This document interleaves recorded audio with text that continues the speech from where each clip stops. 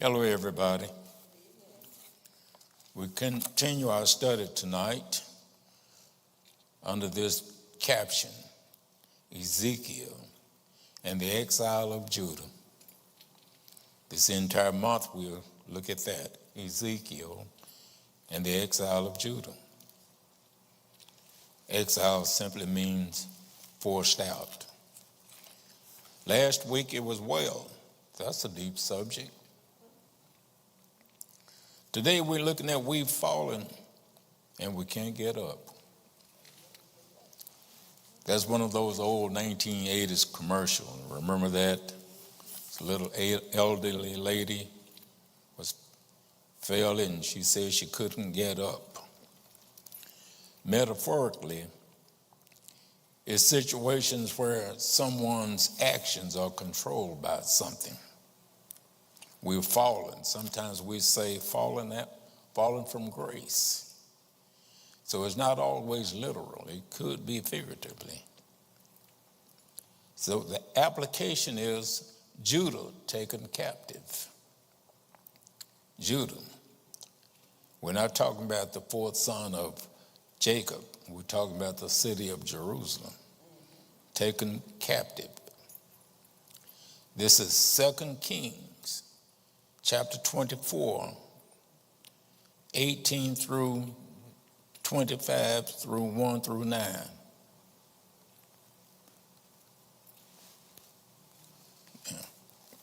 Did y'all get that? 18, 19, and 20. And then 25, 1 through 9.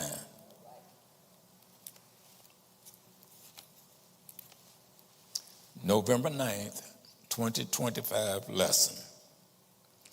Look at this unifying principle. This is just highlights and some significant points in the lesson. People seem to understand the consequences of bad behavior, yet they persist in living selfishly and irresponsibly. What are the consequences of our bad choices? The prophets understood Babylon as the instrument of God's anger toward Judah for their blatant disregard of the covenant, though ultimately God's love goes with them into their captivity and exile. Same today. God is with us when we do good, and God is with us when we do bad.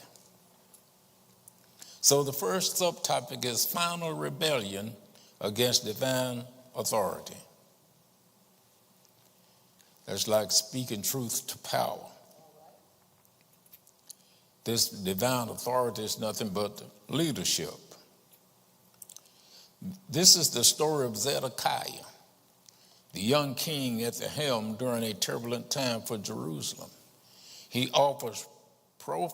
story offers profound insights into the struggles and challenges of leadership. So we see the reign of Zedekiah, the last king appointed by Babylon. Verse 18 says, Zedekiah was 21 years old when he began to reign, and he reigned 11 years in Jerusalem, and his mother's name was Hamutal, the daughter of Jeremiah of Libnah. And this verse introduces us to Zedekiah and sets the stage for crucial events in Judah's history. We're going to see some of the significant points of his reign and the lessons we can draw from it. His background, we know he's 21 years old. He lasted 11 years in his mother's Hamutal. But look at his evil. He lived a wicked life, following the example of Jehoiakim. Verse 19 says, and he did that which was evil in the sight of the Lord, according to all that Jehoiakim had done. This period is marked by continued disobedience and the dire consequences of rebellion against God's commandments. The scriptural passage captures Zedekiah's actions, noting that he did what was evil in the sight of the Lord, mirroring the failures of his predecessor, Jehoiakim. His reign reflects a tragic downfall characterized by a rejection of divine authority, and compounded by rebellion against Nebuchadnezzar, the Babylonian king. So he was going against the God of Israel. He was going against the Babylonian God. So this verse encourages reflection on obedience to God as essential for spiritual vitality and spiritual growth and communal well-being. His and Judah's destiny is judgment. That's what it is. Verse 20 says, For through the anger of the Lord it came to pass in Jerusalem and Judah, until he had cast them out from his presence, that Zedekiah rebelled against the king of Babylon. This verse indicates how God's anger led to the exile of the people of Judah, reflecting the severity of their sin. The casting out symbolizes spiritual and emotional distance from God, a consequence of their actions. Zedekiah's rebellion against Babylon, whom the Lord had allowed to conquer Judah, illustrates a human response that defies divine order and invites further turmoil. It serves as a reminder of the weight of our choices. When we stray from God's path, we risk dire consequences. Look what happened. They were conquered, condemned due to their sin, and they were to be thrust from God's presence, from the promised land. So we see the second subtopic is siege and capture of God's city. Siege simply means to surround or block a city, to force it into surrender. So we see the total destruction of Jerusalem by Babylon. This is a picture of final judgment. It says in verse 1, And it came to pass in the 9th year of his reign, in the 10th month, in the 10th day of the month, that Nebuchadnezzar, king of Babylon, came, he and all his host, against Jerusalem, and pitched against it, and they built forts against it round about. So in this verse, we witness a crucial moment in biblical history. The 9th year of King Zedekiah's reign marks a significant turning point for Jerusalem. Nebuchadnezzar, king of Babylon, poses a direct threat as he brings his entire military might against the city. This wasn't just a regular siege. It was a calculated move that demonstrated the power and authority of Babylon as they sought to conquest and conquer Jerusalem. The attack and siege of the city. Because Zedekiah had rebelled against Babylon, look at this. The Babylonian army built siege ramps of dirt around the city walls to attack. The acts of surrounding and building siege walls around the city signify entrapment and isolation, which are feelings we may relate to. Just as the people of Jerusalem left helpless with their city surrounded, we can also feel trapped by our own circumstances. This verse challenges us to consider where we turn when we feel cornered by life's struggles. When things don't go your way, which way do you go? Do we turn to God? He promises to be our strength and shield, even when we feel under siege. The siege lasted almost 2 years. It says in verse 2, And the city was besieged until the 11th year of King Zedekiah. This verse describes a tumultuous moment in the history of Jerusalem during a time of siege and conflict. It shows the breaking point of the city as it fell to the Babylonians. The words here tells us that the city was breached. This meant that defenses were no longer holding up against enemy forces.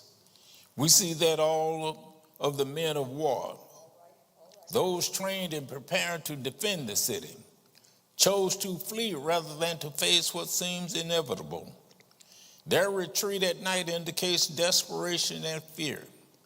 These soldiers, who once displayed courage and strength, decided that escaping was their only real option when the walls could no longer protect them. This gives us a deep insight into human nature and struggle in times of crisis. So we see the famine was severe. The people were starving and committing cannibalism, eating one another. It says in verse 3, it says, and on the 9th day of the 4th month, the famine prevailed in the city, and there was no bread for the people of the land. This was not just an ordinary famine. It was a life and death scenario for the inhabitants. With no bread available for the people, it represents not only the physical starvation, but also a spiritual and emotional depletion. In this time of crisis, the people of Jerusalem saw friends and neighbors suffer. The notion of community was strained and stretched as individuals dealt with their own burdens. Just like any group facing adversity, the stakes increased their reliance on one another. But in this case, they were at a point where trust was shattered. They could not initially conceive that God would let such a tragedy happen to them. But this verse invites us to ponder and just know what happens when we reject God's hand in our lives. This verse also serves as a lesson on perseverance. While nobody would willingly choose such hardship, it does reinforce that we all have to endure certain trials in life. Often trials drive us to our knees and deepen our faith. This situation causes us to reflect and search for answers, drawing us closer to recognizing our dependency on the Creator of sustenance. So we see the fall of the city in verse 4. And the city was broken up, and all the men of war fled by night by the way of the gate between two walls, which is by the king's garden. Now the Chaldees were against the city round about, and the king went the way toward the plain. See, this verse recounts a critical event in the history of Jerusalem. It is a detailed moment capturing both the action of the city's fall and the desperation of its leaders and defenders. The city of Jerusalem, which has stood as a symbol of hope and strength for the Israelites, faced a catastrophic defeat at the hands of the Babylonian forces. This moment signifies not just a physical break, but also a spiritual and emotional one for the people of God. The battering rams broke through the wall. The king and the few remaining soldiers escaped and fled by night. The act of fleeing corresponds to a natural human instinct in times of distress. Many of us have experienced moments where fear took hold of us, leading to decisions we later regretted. The soldiers fleeing into the night reminds us that we often turn away from our responsibilities or challenges instead of facing them squarely with the strength God provides. In our lives, we may feel trapped, pressured, or lost, much like these soldiers. So we see the capture of the king in verse 5. And the army of the Chaldees pursued after the king and overtook him in the plains of Jericho, and all his army was scattered from him. The Babylonian army pursued and captured Zedekiah in the plains of Jericho. He discovered that his royal guard and soldiers had abandoned him. The king's flight is also symbolic. Kings were seen as protectors of their people. Yet in this moment, the king of Judah appears as a coward, fleeing to save himself while his people face destruction. It raises a thought-provoking question for us. Are we leading others in our lives, and how far are we willing to go to stand for what is right? So they took him to Nebuchadnezzar's headquarters in verse 6. So they took the king and brought him up to the king of Babylon to Riblah, and they gave judgment upon him. At this point, Zedekiah attempted to escape the siege, but he was captured. The king of Babylon, Nebuchadnezzar, brought Zedekiah to Riblah, a location outside of the city. Here judgment was pronounced upon the king for his rebellion and for leading his people away from the Lord. This moment marks the transition from hope to despair for the Israelites, indicated that prophetic warnings from Jeremiah and other prophets had come to fruition. He was tried and sentenced by King Nebuchadnezzar. They killed Zedekiah's sons, forcing him to watch. Look at verse 7. And they slew the sons of Zedekiah before his eyes, and put out the eyes of Zedekiah, and bound him with fetters of brass, and carried him to Babylon. They gouged out his eyes, shackled him, and took him to Babylon. The action of the Babylonian soldiers reflect the cruelty of war, especially during that era. To kill Zedekiah's sons before his eyes was to strip him of all hope for future generations, ensuring his legacy would be nothing but despair. As we reflect on this verse, we must face the harsh realities of leadership, consequences of decisions, and how the wrong choices can have rippling effects throughout generations. This is a powerful reminder of how we as leaders in our homes, communities, and workplaces must make choices that reflect wisdom and compassion, carefully considering the impact of our actions. Look at this third subtopic: destruction of sacred space. The burning of the city. Verse 8 says, and in the 5th month, on the 7th day of the month, which is 19th year of King Nebuchadnezzar, king of Babylon, came Nebuzaradan, captain of the guard, a servant of the king of Babylon, unto Jerusalem. Yeah, he came into town. This verse is important because it marks a key historical moment in the Bible. The destruction of Jerusalem by Nebuchadnezzar was significant, not just as a military event, but also religiously. Jerusalem was the heart of Jewish worship and faith, so its destruction signified a turning point for the people of Israel. When reading this passage, we can imagine the sorrow and the choice that surrounded this time. It was not just a city that was fallen, but also the dreams and hopes of a people. The commander of the royal guard, Nebuzaradan, was sent by the king to supervise the destruction of Jerusalem about 1 month after the conquest.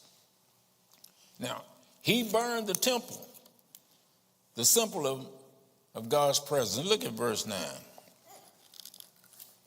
And he burned the house of the Lord and the king's house and all the houses of Jerusalem, and every great man's house burnt he with fire. He burned the temple, the symbol of God's presence. He burned the palace, all the houses, and all the important buildings. This verse serves as a somber reminder of the consequences of disobedience and idolatry that the Israelites faced throughout their history. The destruction of Jerusalem was both a physical manifestation of God's judgment against a people who continually turned away from him and embraced their own gods. The act of burning the temple, which was considered the heart of Israel's worship, symbolizes the complete spiritual crisis that had unfolded. It signifies a severe withdrawal of God's protection, his protection of his people due to their rebellion. Through this verse, we see that when we stray from the path set by God, there can be dire consequences. It is a cautionary tale for us, reminding us of the importance of staying true to our faith and the promises of God. Don't quit on God. Stay the course and stay true to his commandments. That's what this lesson teaches. Look at this principle. The destruction of the temple, the king's house, in Jerusalem serves as a sobering reminder of our need to remain vigilant and faithful in our walk with God. Never quit on God. He won't quit on you. I want to thank you for being here. See you again next time.